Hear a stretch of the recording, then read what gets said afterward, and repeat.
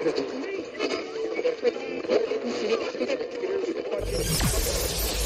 ready for unique, rare, and little-known treasures from the golden age of radio. You're listening to The Amazing World of Radio with Adam Graham. Hello, this is your host, Adam Graham. And today's episode focuses on the work of actress Barbara Fuller. Miss Fuller passed away on May 15th of 2024. She was 102 years old. She had a very active film and television career during the late 40s, throughout the 50s, and into 1960, after which her work became far more infrequent. But it was in radio that she got her start and made some of her most important contributions. She began to work in radio in Chicago between the ages of 9 and 11, having appeared in 25 radio serials before she turned 18. Her biggest role was as Claudia on One Man's Family, radio's longest-running soap opera. Now, the great challenge of Barbara Fuller's radio work is that so much of it either originated from Chicago, which tended to be lost, or was part of soap operas, which tend to be lost, and even those which survive are kind of hard to get into any solid continuity based on an episode or two. When I've heard Miss Fuller, it's tended to be in supporting roles in things like guest star. And I wanted to feature something where she had a really prominent part. And I had heard an episode of Heartbeat Theater where she took on such a part, but the episode I'd heard was themed around Thanksgiving, which would make this episode particularly late, and I've got something else entirely planned for Thanksgiving. But I found another episode of Heartbeat Theater that we could play.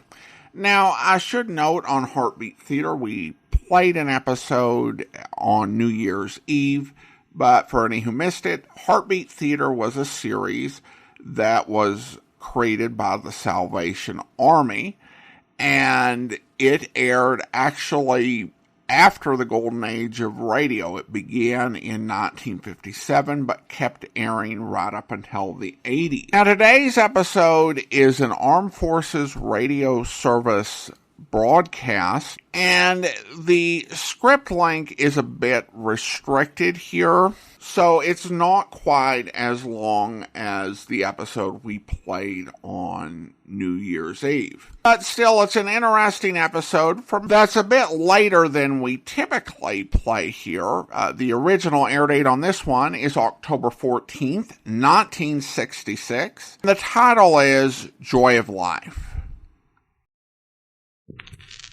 Welcome, everyone, to Heartbeat Theater.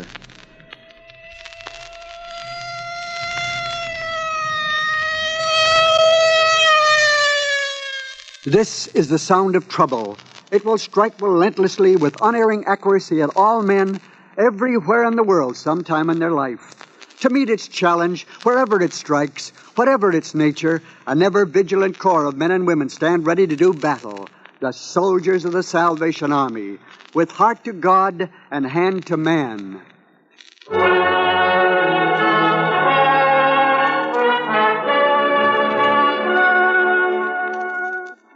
From Hollywood, the Salvation Army presents Heartbeat Theater, stories of the widespread, vital, and necessary work of the dedicated men and women of this worldwide organization. This is your host, C.P. McGregor, inviting you to be our guest for the next half hour. The French call it joie de vivre, and so do most of the rest of us. But regardless how we pronounce it, it means a sparkle in the eyes, a lift of the step, and a general feeling that life is fresh and wonderful and meaningful. But every now and then, some of us forget about this. We lose this joy of life and feel that the world is pulling us down to despair. Ralph Gompertz examines a way of resolving this problem in the story Joy of Life and comes up with a universally accepted solution. Barbara Fuller stars as Kathy, as we begin the first act of Joy of Life.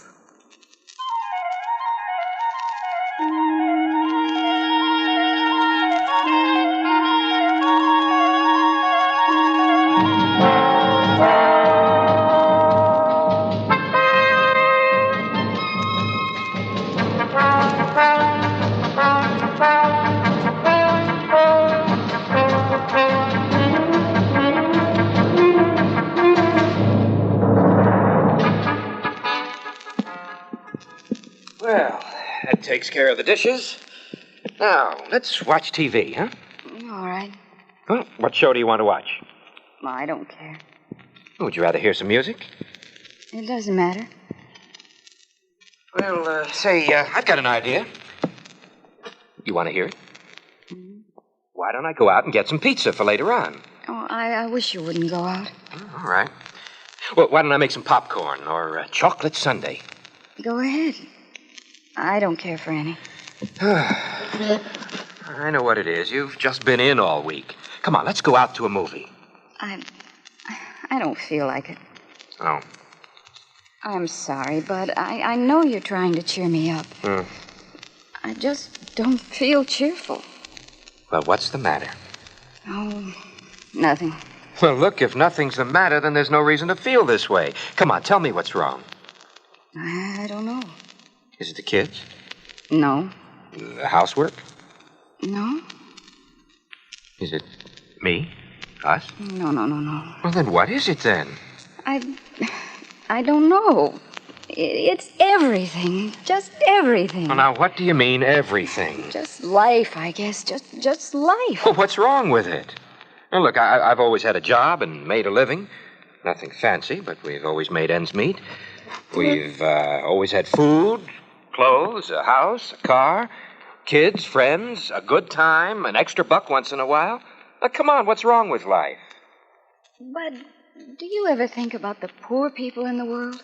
Well, sure. I don't mean just think about them. I mean really think about them. Honey, do you ever think of all the little kids in the world that are going hungry every day? Do you ever think of the little babies that are left orphaned because of some little war that kills mommies and daddies? Do you ever think of the way people hurt each other? I mean really hurt each other. You know, when they take prisoners and they question them and they... Have you ever looked at those pictures?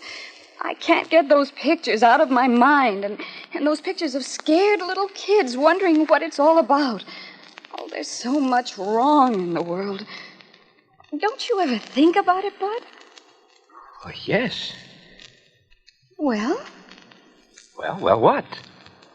Oh, I guess you just don't understand. Well, sure I understand, but what can I do about it? I don't know. Honey, you know what I do about it? What? I just don't let it get to me. I do my job. Maybe that's it. Maybe men are just different from women. Maybe we feel more. Or maybe it's just me. Maybe something's wrong with me. Oh, now look, nothing's wrong with you, honey. You're just tired, that's all. Now, maybe you need a change. Maybe I've been taking things a little too much for granted lately. You know, I should take you out to dinner once in a while or to a movie. I work, I get out. You just never get out. Come on, it's early. We can still go out and catch... That won't change anything, Bud. You know it won't. Thanks anyway. Let's face it, it's been like this a long time now. I guess I'm just depressed and I can't shake it. I know it's not fair to you and to the kids. And to you. Yeah. And to me. I need help. Well, anything I can... It's nothing you or I can do.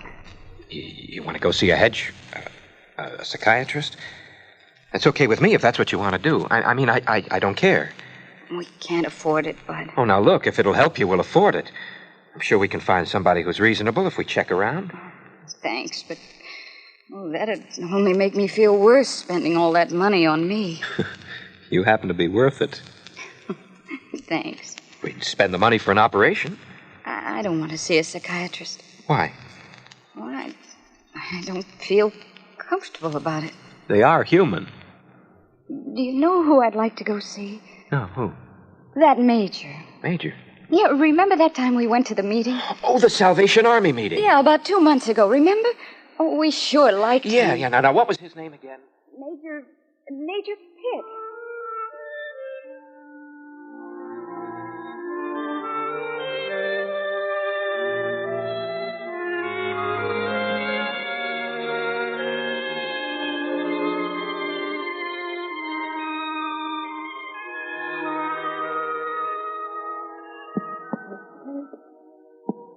Thank you, Major. Well, what may I do for you, Mrs. Norris? Please, just call me Kathy. Fine, Kathy. It's funny. What? Coming here is like going to the dentist. You get there and the pain's gone. My husband and I, we came to one of your meetings. Oh? That's why I felt I could talk to you. Oh, and I'm glad. What seems to be the matter? I'm just depressed, Major. It sounds stupid because I have no reason to be, but I am. Well, it's real to you, isn't it? Whether there's reason for it or not. Yes. Well, tell me, why do you think you're depressed? I don't know. I see. It may sound silly, Major, but you know what's bothering me? What? The world.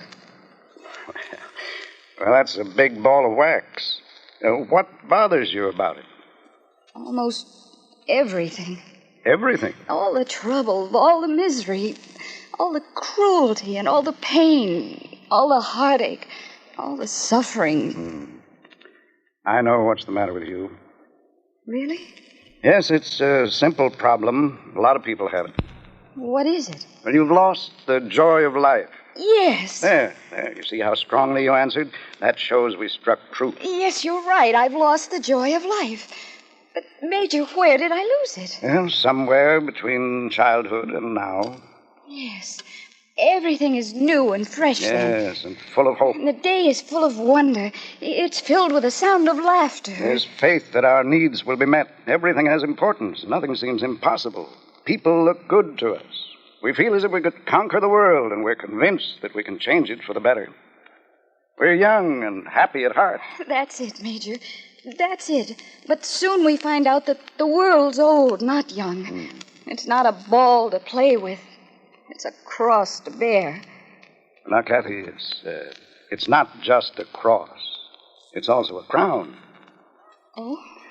If God is our Lord and King, and we're created in His image, that makes us royalty, the children of a king.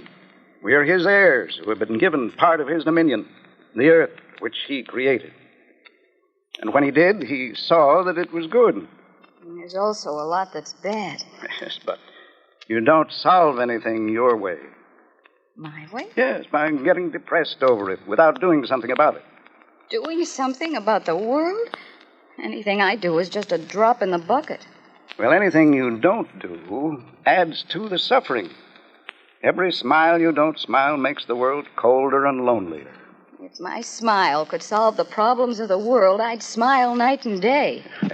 You know, Kathy, we're so human. We're so vain and proud. Vanity? Pride? Yes, it always has to be all or nothing at all. What do you mean? Well, if we can't change the world, all of it now, we just shrug our shoulders and say that it's not worth making the effort. We don't want to smile. We want to move mountains. We don't want to do little things. We only want to do big things. We feel that nobody notices little things.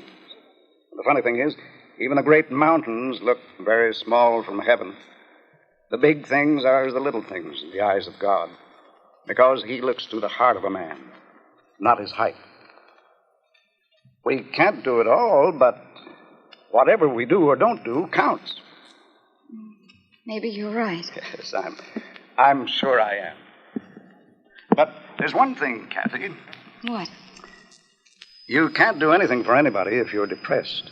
I know. Now, God has placed us here to serve Him and our fellow man. But He also wants us to enjoy and take pleasure in the world which He has created. Now, you want others to enjoy life. You're entitled to it, too. You know, Kathy, what's always helped me is a line from Psalm 118. This is the day which the Lord hath made. We will rejoice and be glad in it. This is the day which the Lord hath made. We will rejoice and be glad in it. Oh, that's a wonderful thought. Yes. Oh, Major, you really helped me. Have I? Oh, yes, I can't tell you how much better I feel. Good, I'm glad.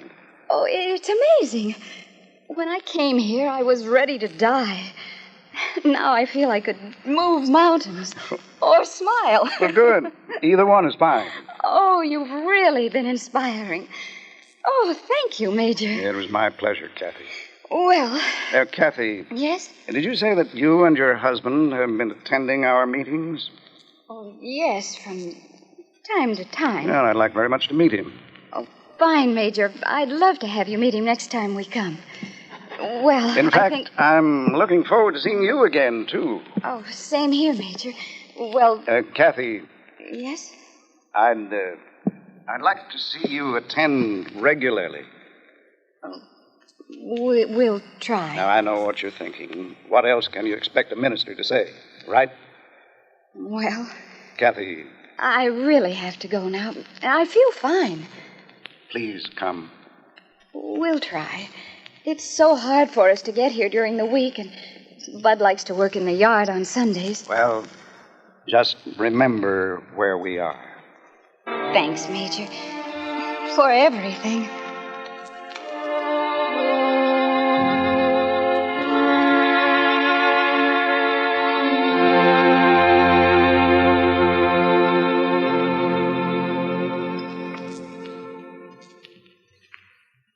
You've been listening to the first act of Joy of Life, starring Barbara Fuller as Kathy.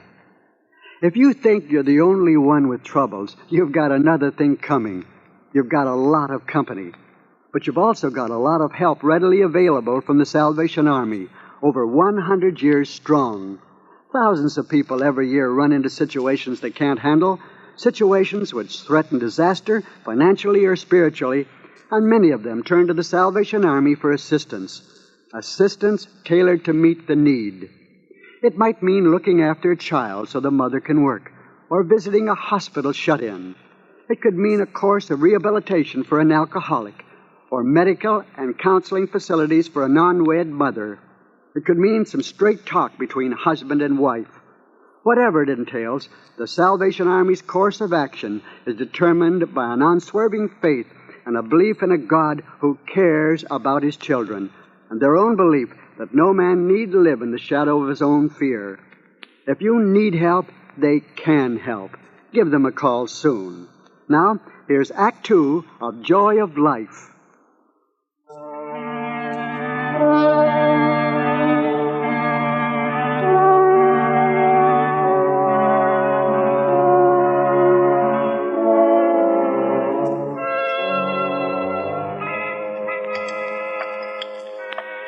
Yeah, it was sure nice of Jim and Mary to have the kids stay over tonight. Yes. You know, Ken and Paul just about grew up together. Paul's a nice kid. I'm glad they're best friends. Mm-hmm. You know, they're really great people. Who? Jim and Mary. Oh. Yeah, they're always doing things. Well, they got a lot of energy. It's the makeup. I guess so. But, you know, they don't have any more money than we do, but they always seem to be busy with something. They've always got a handful of projects going. I'll bet they know just about everybody. I'm satisfied with just a few good friends. That's all you can ever have anyway. I mean, real friends. Yeah? Need some more meat? Thanks. Here. You know, why don't we have Jim and Mary over? Well... You know, funny, I consider them among our closest friends, even though we don't see them for long stretches at a time. It's been so long. Well, they won't mind. They'll be glad to see us again, just as we'll be glad to see them again. All right. Well, why don't you call them? Not now. Oh, come on, look, just make it informal. It doesn't have to be dinner, just so that we get together. We've been there so often now, they just stopped inviting us finally. Can't blame them. We never really invited them back. I'll call, but not now. Come on. Why don't you make it for this weekend? We don't have any plans. Let me think about it. I'll take care of it.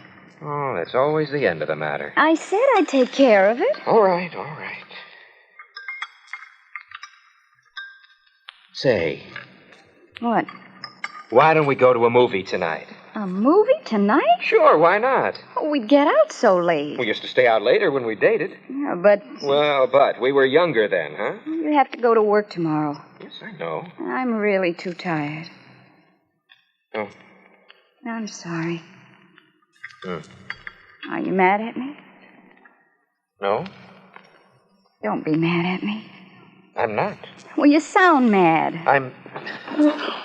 All right. Maybe I am mad. Maybe I'm mad at trying to figure out every day and night some way to cheer you up. Maybe I'm mad because you never want to do anything. Because all the things that other people do become such an effort when we want to do them. Maybe I'm mad because I keep hoping for a change every day and nothing ever happens here. We just keep going on and on and on in the same old tired way. I don't even get a smile for my efforts. All right, I'll do something about it. Oh, that's what you always say. I even thought something would happen this last time after you went to see the major. Now, for about a week, things were really good, but that was weeks ago. I feel like a dope working, bringing home the paycheck, coming home on time, staying around. You know, I never liked what some of the other fellas did. Well, maybe they were right, and I was wrong. Bud, come back. Bud.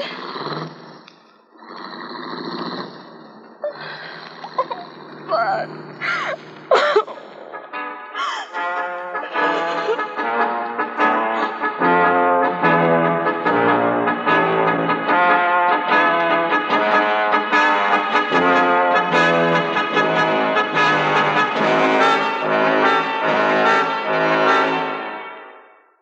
So that's what happened, Major.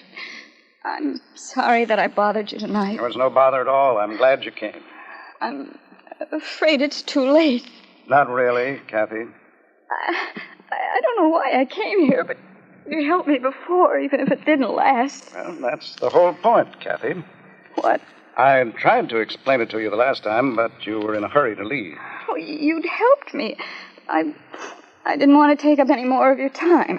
I had only given you first aid. Oh? You know, Kathy, the soul is no different than the body. You can't help it with a Band-Aid. That's all right for a scratch. But if someone's badly hurt, you apply a bandage or a tourniquet or a splint, and then you'd better get the person to a doctor. You know, it's the same with the soul. It needs treatment when it's sick, and when it's well again, it needs the right kind of daily food and exercise to stay healthy. Oh. And that's what religion is, Kathy. Spiritual training to keep us from going sour on life. There are no miracle drugs that you can take once and for all and that'll last a lifetime. Religion is a way of life, a daily discipline that can perform miracles. I'm worried about Bud. Why don't you tell him what you intend to do? Ask him for understanding and time. And then stop talking and start doing. Prove to him what you can become. I can guarantee you that you can become a better person almost the minute you make up your mind to the idea. He left. I'm pretty sure that he didn't go far. He doesn't sound like the type who'd run away. More like the type who'd be grateful and patient with any sign of hope. But even if he weren't that type, you must do what the truth tells you to do. Once you see the truth. I must do something, Major. Well, let me get you started. Do you really think I can do it? Do you want to? Oh, yes. Well, that's what makes all the difference.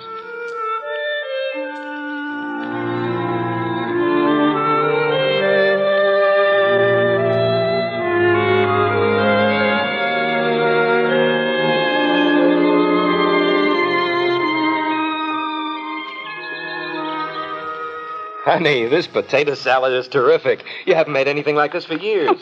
We haven't been on a picnic for years either. I'm glad we came. Oh, so am I. I'd almost forgotten how much fun they are. I'd almost forgotten how much fun life was. Honey, you have any idea what a different person you've become since... Since I went to see the Major that night? Mm-hmm. Oh, yes, I think I do. I feel different. I feel wonderful. I'm interested in things. I want to do things with you and with the kids, with others. Oh, I feel I'm living now the way I was meant to. Do you still feel like moving mountains? Yes, why? Well, we both better move to the top of that one there, or our kids are going to completely disappear from sight. They've climbed almost to the top. Oh, my goodness. Come on, old gal. I'll race you. Oh, Bud, Yeah? thanks for understanding and waiting so patiently. I'm sorry it took me so long. Oh, Kathy, it was worth the wait. Believe me, it was worth the wait. Come on, let's go.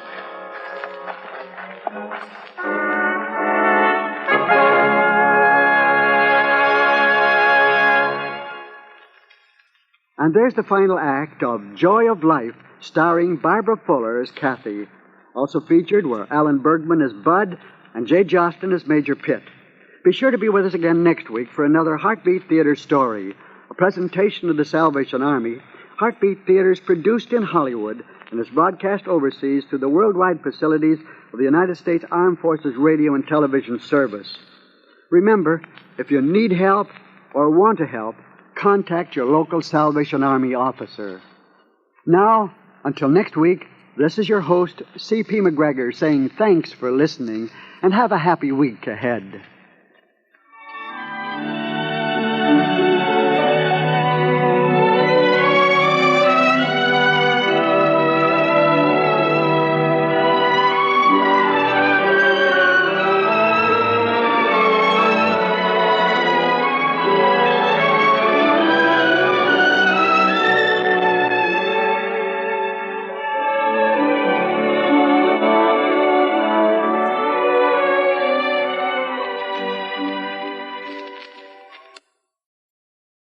Welcome back. Well, this was a story with a lot of talking, but I'm not certain, given the constraints of the time slot, that there was a better way to dramatize this. The idea of struggling in this very specific way with this sort of problem and malaise of life kind of limits action, because the big conflict is that you just don't feel that sort of zest for doing things. And so it kind of results in some lethargy and a lack of energy for life. And I think this does a good way of capturing that within the limits that they're given. And I think this is a relatable story. It's even more relatable in our times. In this information age, we're given so much exposure to the world and other people, and the worst of them, that it can really suck the joy of life away. There's nothing like being the father to a 2-year-old to show you how much you've lost of the wonder and joy of life, and to really see what that was like. And it does serve to challenge you to change the way you look at the world. The Major had some really interesting thoughts, I think particularly about the power of individual actions, even if it doesn't seem to have this sort of earth-changing effect, because by withholding what help you can, it actually makes the world worse. I also thought Kathy's initial response to the Major was relatable. I think that so often we kind of look for easy one-and-done solutions to problems when actual change comes from our sort of long-term actions and habits and disciplines. Barbara Fuller is good in this. I think it's a challenging role because you're playing a character who, just doesn't have the zest of life, and you have to make her real but sympathetic, and she balances it out. You don't have a sense of her as malicious or even self-pitying, really. She's just a bit stuck. Now, the Major was played by J. Jostyn, who would be a familiar voice to many old-time radio fans, as he had a career that went back to the 1930s in radio and was one of the actors who voiced Mr. District Attorney. Well, now we turn to listener comments and feedback, and we start with a comment over on the website, and this one is regarding the Mr. Shakespeare episode. And Kathy writes, "Thank you for this show. I love Vincent Price. As a child in the 5th or 6th grade, I was fortunate to watch him live when he portrayed Fagin in Oliver at the Kinley Players in Dayton, Ohio. My parents were such theater fans that not only did they have season tickets, they were not bashful to help us get autographs. Yes, I do have Vincent Price's autograph on the program. After that experience, I followed him with a different eye. I especially like him in Michael Jackson's song/video Thriller and his audio rendition of Edgar Allan's A Telltale Heart. Keep up the good work. The worlds you share with us are priceless." And she adds, "I also like the public service announcement that he did promoting inclusion and understanding and anti-discrimination." And of course, those PSAs were on episodes of The Saint. Thank you so much. I appreciate you sharing that story, Kathy. And then Jay emails in regarding the episode Honey on the Book. "Adam, besides the great stories and characters, I enjoy the windows the shows you air provide into people's lives. Other shows on the air, products being advertised, and so on. Your program on Eli Wallach was an extraordinary example. Beyond the fun of old-time radio detective Batman mashup, Honey on the Book shone a light on an extraordinary person, Louis Rabinowitz, who I suspect is mostly forgotten. Also, it offered a window into Eli Wallach's likely involvement in the Jewish community of the time. Thanks so much. Best wishes, Jay." Well, thank you so much, Jay. And I do really love the stories that got told during the golden age of radio. You know, it's great to hear new stories and more recent stories, but there are so many figures whose lives were the subject of old-time radio programs who you'll never hear of if you're reading a standard history book, but who nevertheless really contributed to the country or to mankind or just had a really fascinating story. And these characters tend to have their story told by series like Cavalcade of America. I think back to March with the last episode we did in our Amazing World of Radio, Amazing Women of Radio series that focused on Eliza Ann Brooks, a pioneer mother. These are great stories. And I often think you'll see a name that a ball field is dedicated to or a school auditorium. And at the dedication ceremony, you might hear all these great stories, but 20, 30 years from now, hardly anybody remembers who this thing was actually named after. And it's those sort of people that tended to get a little bit of honor and credit during the golden age of radio. And I think that was even more true of The Eternal Light. The Eternal Light as a series really focused on the Jewish experience and where it could, the American Jewish experience. So you got just these really good stories of relatively obscure figures. The very first episode of The Eternal Light that we featured on The Amazing World of Radio was